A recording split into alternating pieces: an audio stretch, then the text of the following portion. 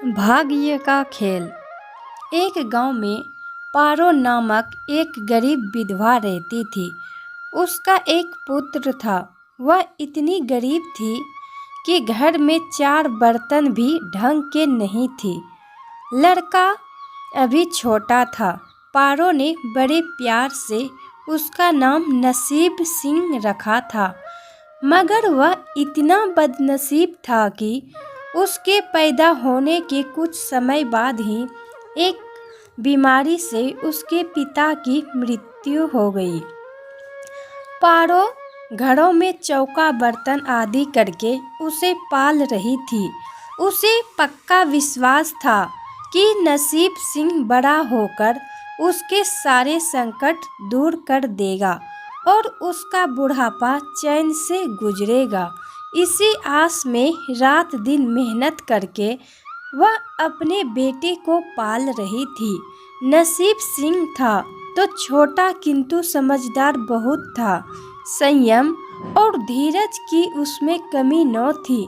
किसी भी बात को गहराई तक जानने की उसमें प्रबल उत्सुकता रहती थी।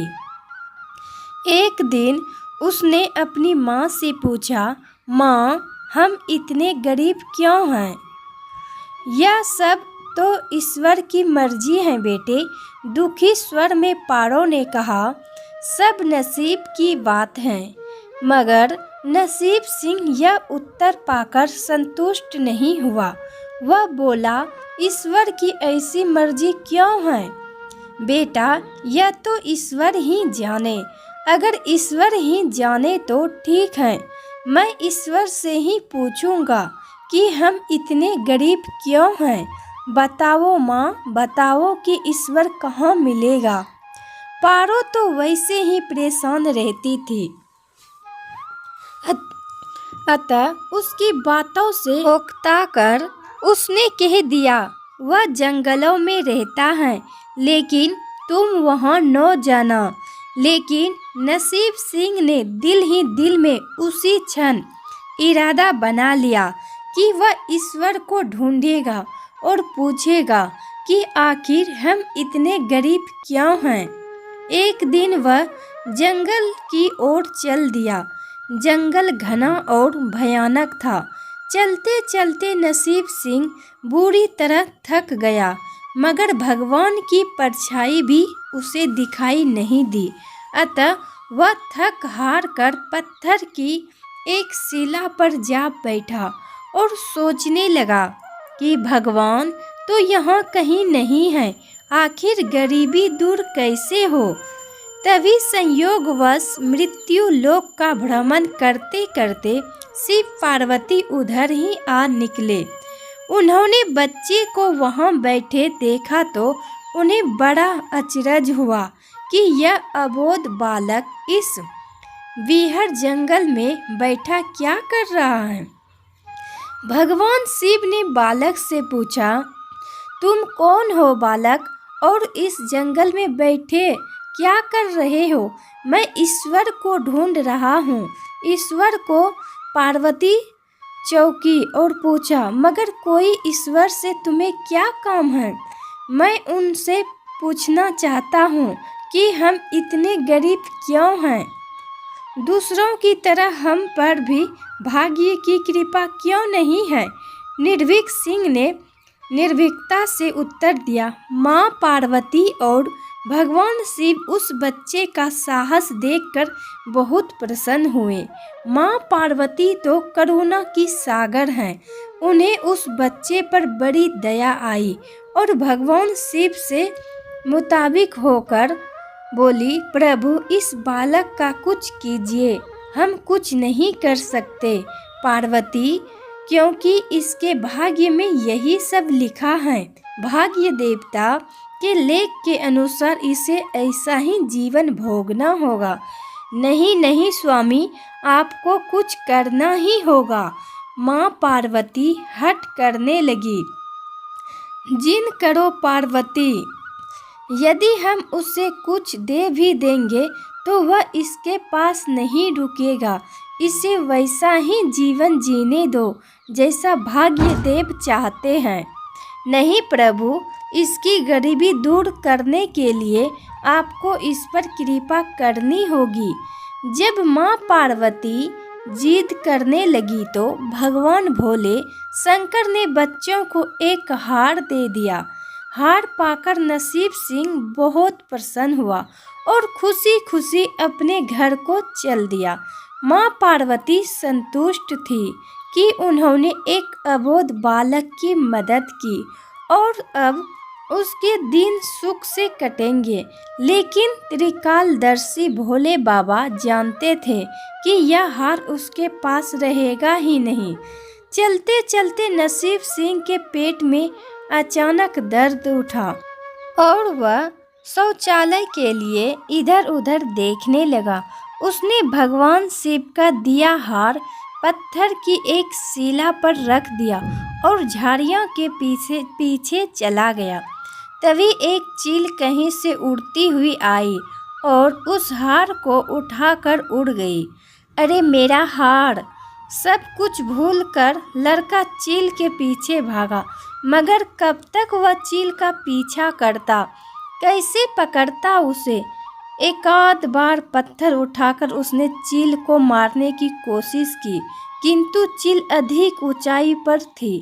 कुछ ही पलों में चील उसकी नज़रों से ओझल हो गई तो वह बड़ा दुखी हुआ और रोते रोते अपने घर की ओर चल दिया। घर पहुंचकर उसने माँ को सारी बात बताई, मगर पारो को उसकी बात पर बिल्कुल भी विश्वास नहीं हुआ।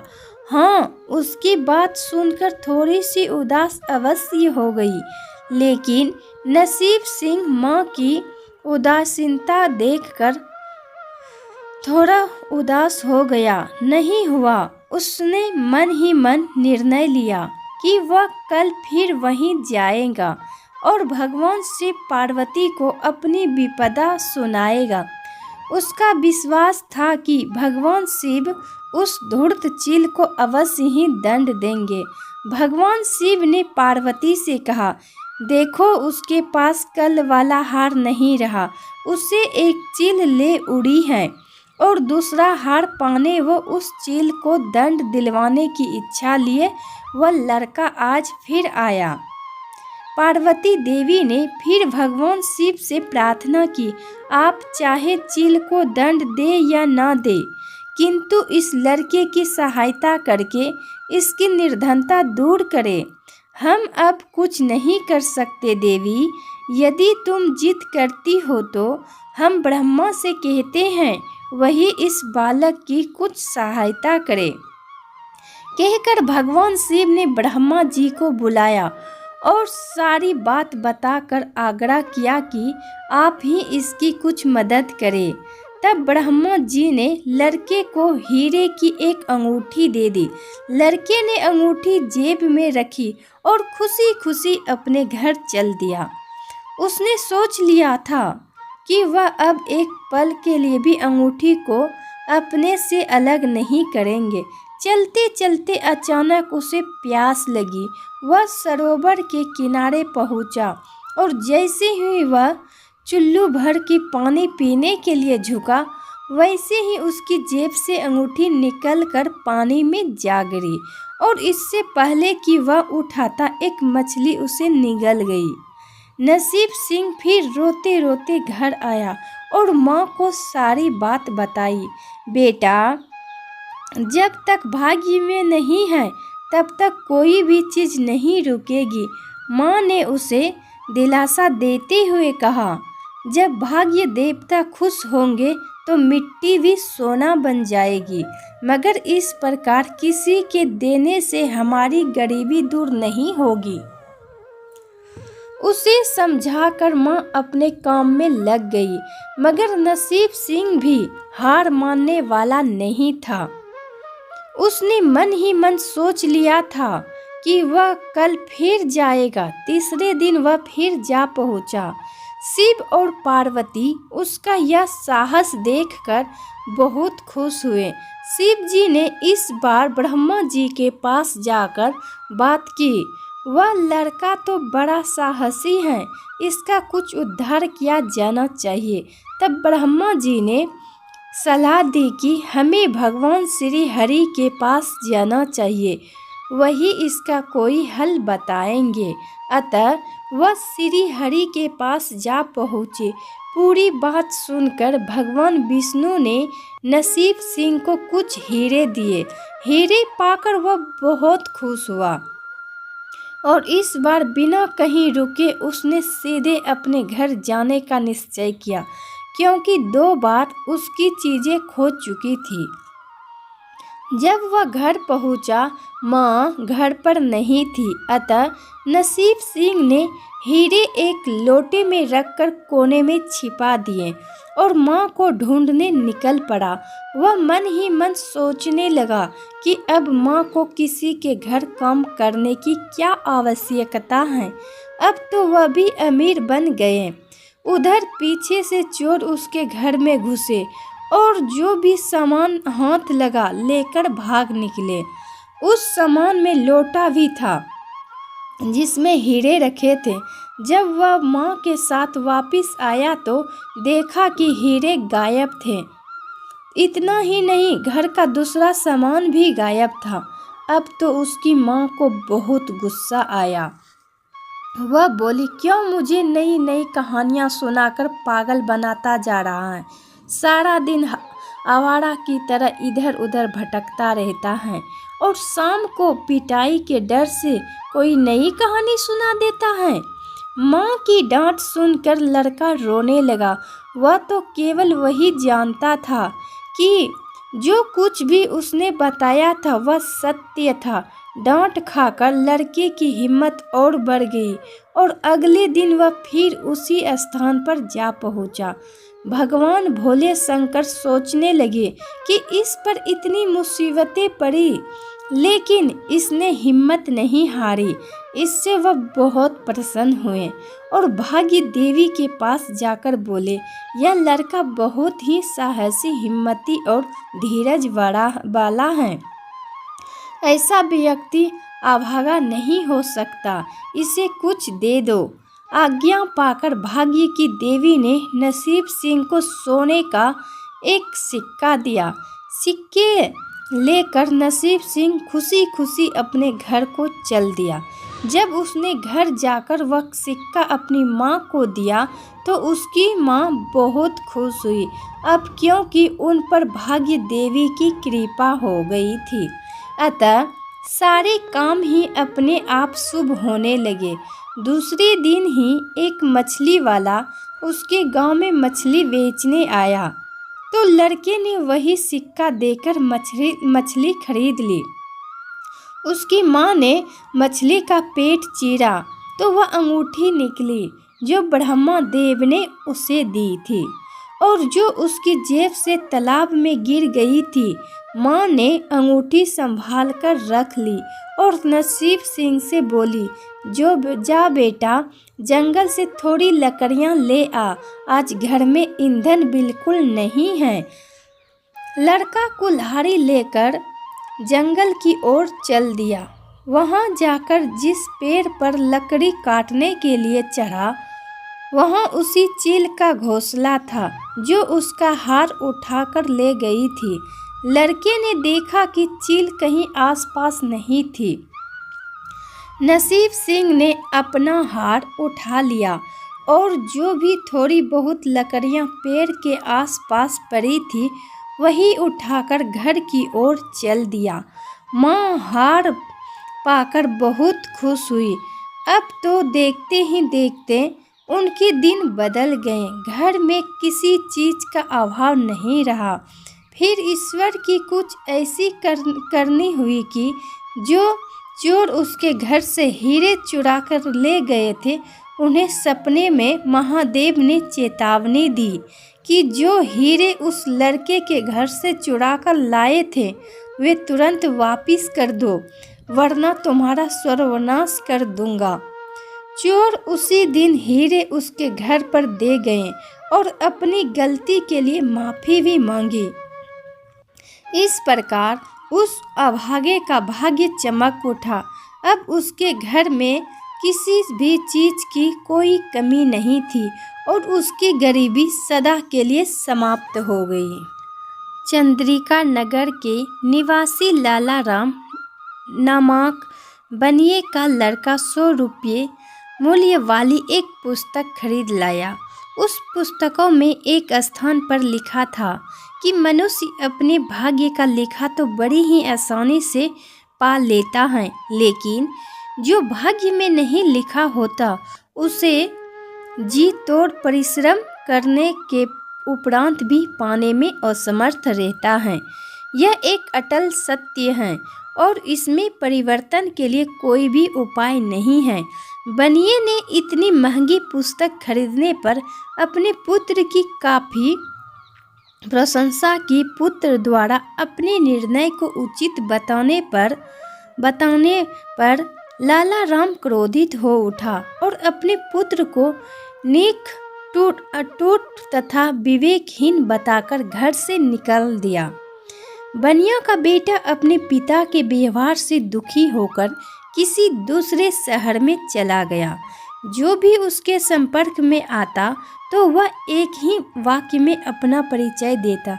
मनुष्य अपने पर्याप्ति को अनायास ही पा लेता है। एक दिन राजा की लड़की चंद्रवती किसी उत्सव को देखने उस नगर में आई तो उसकी दृष्टि एक सुंदर राजकुमार पर पड़ गई। राजकुमारी ने अपनी एक सखी से उस राजकुमार से अपना मिलाप करने के लिए प्रयास करने का अनुरोध किया। सखी ने राजकुमार के पास जाकर अपनी स्वामिनी की पीड़ा का वर्णन करके उससे राजकुमारी के पास चलने की प्रार्थना की। राजकुमार ने राजकुमारी की सखी से महल के भीतर गुप्त रूप से जाने का उपाय पूछा तो सखी ने कहा, मैं रात्रि में महल के ऊपर से चमड़े की एक मजबूत रस्सी नीचे लटका दूंगी। आप उसे पकड़कर निश्चित से ऊपर आ जाइएगा। मेरी स्वामिनी आपकी भरपूर भगत करेगी। रात्रि होने पर राजकुमार ने मन में विचार किया कि इस प्रकार छिपकर किसी पराई नारी से मिलना स्वार्थ अनुचित होगा। राजकुमार ने उधर न जाने का ही निश्चय कर लिया। उधर जब बनिए का लड़का संयोगवश रात में राजमहल के समीप पहुंचा तो नीचे लटकती रस्सी को देखकर कौतूहलवश ऊपर चढ़ गया। राजकुमारी ने उसे ही राजकुमार समझकर उसे छिपाने के विचार से अंधेरा करके उसे अपनी बाहों का सहारा दिया और स्नेह आदर के साथ अपने पलंग पर बैठा दिया। राजकुमारी ने प्रेम भरे शब्दों से पूछा, आप कुछ बोलते क्यों नहीं? यह सुनकर उसने अपने प्रिय वाक्य दोहरा दिया, मनुष्य प्राप्ति को अनायास ही प्राप्त कर लेता है। यह शब्द सुनते ही राजकुमारी को आभास हो गया कि यह युवक राजकुमार नहीं है, अतः उसे राजमहल से बाहर निकाल दिया। आधी रात का समय था। महल से निकलकर बनिए का पुत्र समीप के एक खंड हनुमान मंदिर में आकर सो गया। संयोगवश उस नगर का राक्षस अपनी प्रेयसी से मिलने वहां आ पहुंचा। उसको वहां सोया देखकर नगर राक्षस ने उसे जाकर पूछा, कौन हो भाई, तुम यहाँ क्यों सो रहे हो? भाई, मुझे अभागे का तो न तो कोई घर है न द्वार, दुनिया में मेरा कोई सगा संबंधी भी नहीं है, कोई काम धंधा क्यों नहीं करता? नगर रक्षक ने सख्त लहजे में पूछा, कोई कितना भी परिश्रम क्यों न करे, मनुष्य प्राप्ति को अनायास ही प्राप्त कर लेता है। उसने अपना वही पुराना रटाया वाक्य दोहरा दिया। नगर रक्षक ने समझा कोई बेवकूफ है, इसलिए उसने उससे कहा, यहाँ सोना मना है, कहीं और जाकर सो। नगर रक्षक का आदेश सुनकर वह उठकर चल दिया, परंतु अर्धनिद्रा की स्थिति में होने के कारण कुछ दूर जाकर एक छोटे से मकान के आंगन में जाकर सो गया। संयोगवश नगर रक्षक की युवा पुत्री विनयवती अपने प्रेमी से मिलने की प्रतीक्षा में निश्चित सनातन पर बैठी थी। उसने अंधेरे में उसी को अपना प्रेमी समझा और बोली, क्या अभी तक आप मुझसे नाराज हैं जो मुझसे बोल नहीं रहे? मनुष्य अपने पर्याप्त को अनायास ही प्राप्त कर लेता है। उसने अपने वही शब्द उसके सामने भी दोहरा दिए। उसके इस प्रकार मुंह खोलते ही विनयवती अपनी मूर्खता और अधीरता पर पश्चाताप करने लगी। उसने बनिए के लड़के को उसी वक्त वहां से भगा दिया। विनयवती द्वारा भगा दिए जाने के बाद वह नगर की गलियों में भटकने लगा। रास्ते में उसे गाजे बाजे के साथ जाती बारात मिली तो वह भी उसी मौन शामिल हो गया। बारात जब लड़कियों वालों के घर पहुंची और दुल्हन हाथ में जयमाला लिए जैसे ही दूल्हे के पास आई, उसी वक्त एक मदमस्त हाथी वहां आ पहुंचा। उसे देखते ही सारे बाराती लड़की को छोड़कर इधर उधर छिप गए। दुल्हा भी दुल्हन को छोड़कर कहीं जा छिपा। दुल्हन बनकर खड़ी लड़की हाथी को देखकर थर थर कांपने लगी। बनिए के लड़के ने साहस करके उस लड़की का हाथ थामा और उसे सुरक्षा स्थान पर ले गया। हाथी के चले जाने के बाद सारे बाराती और दूल्हा एक जगह इकट्ठे हुए। लड़के वालों ने लड़की के व्यवहार पर आपत्ति करते हुए कहा, तुम्हारी लड़की गैर मर्द को स्पर्श कर चुकी है। आप लोग कैसी बातें कर रहे हैं? लड़की के पिता ने वर पक्ष वालों के हाथ जोड़ते हुए कहा। तभी दुल्हन बनी निरपराध ने लड़की आगे बढ़ी और बोली, मुझे मौत के मुंह में धकेलकर केवल अपने प्राणों की चिंता करने वाला मेरा पति होने का योग्य नहीं है। मैं स्वयं उससे शादी करने के लिए तैयार नहीं हूँ। बेटी, यह तू क्या कर रही है? लड़की का पिता घबराकर बोला, मैं ठीक कह रही हूँ पिताजी। संकट में साथ निभाने वाले और अपने प्राणों को संकट में डालकर मेरी रक्षा करने वाले इस युवक से ही मैं विवाह करूंगी। इस विवाद में सुबह हो गई। संयोगवश राजकुमारी और नगर रक्षक की पुत्री विनयवती भी वहां आ पहुंची। लोगों से सूचना पाकर राज प्रमुख भी वहां आ पहुंचा। राज प्रमुख ने बनिए के लड़के से पूछा, कौन हो तुम बेटे? मनुष्य अपने प्राप्त व्यय को अनायास ही प्राप्त कर लेता है। उसने एक बार फिर अपने वही शब्द दोहरा दिए। इस वाक्य को सुनते ही राजकुमारी के मुंह से निकल पड़ा, विधाता भी उसे रोक नहीं सकता। उधर विनयवती भी अपने आप पर संयम खो बैठी और कहने लगी, मुझे न अपने किए पर खुद दुख है और न ही आश्चर्य। राजा और नगर रक्षक को अपनी पुत्रियों के मुंह खोलने पर काफ़ी हैरानी हुई। राजा ने इस सारे कांड की ध्रुव से जांच करवाई और सत्य का पता चलने पर दोनों कन्याओं का विवाह भी बनिए के लड़के से कर दिया। सेठ ने भी अपनी पुत्री की इच्छा अनुसार उसका विवाह उसी के साथ कर दिया। इस प्रकार उसने अपने प्राप्त व्यय को अनायास ही प्राप्त कर लिया। कथा 7। मनुष्य अपने भाग्य से ज़्यादा और समय से पहले कुछ भी प्राप्त नहीं कर सकता। इसलिए मनुष्य को अपना धन नष्ट हो जाने पर मायूस नहीं होना चाहिए और यदि कुछ अनायास ही प्राप्त हो जाए तो उसमें आश्चर्य भी नहीं करना चाहिए।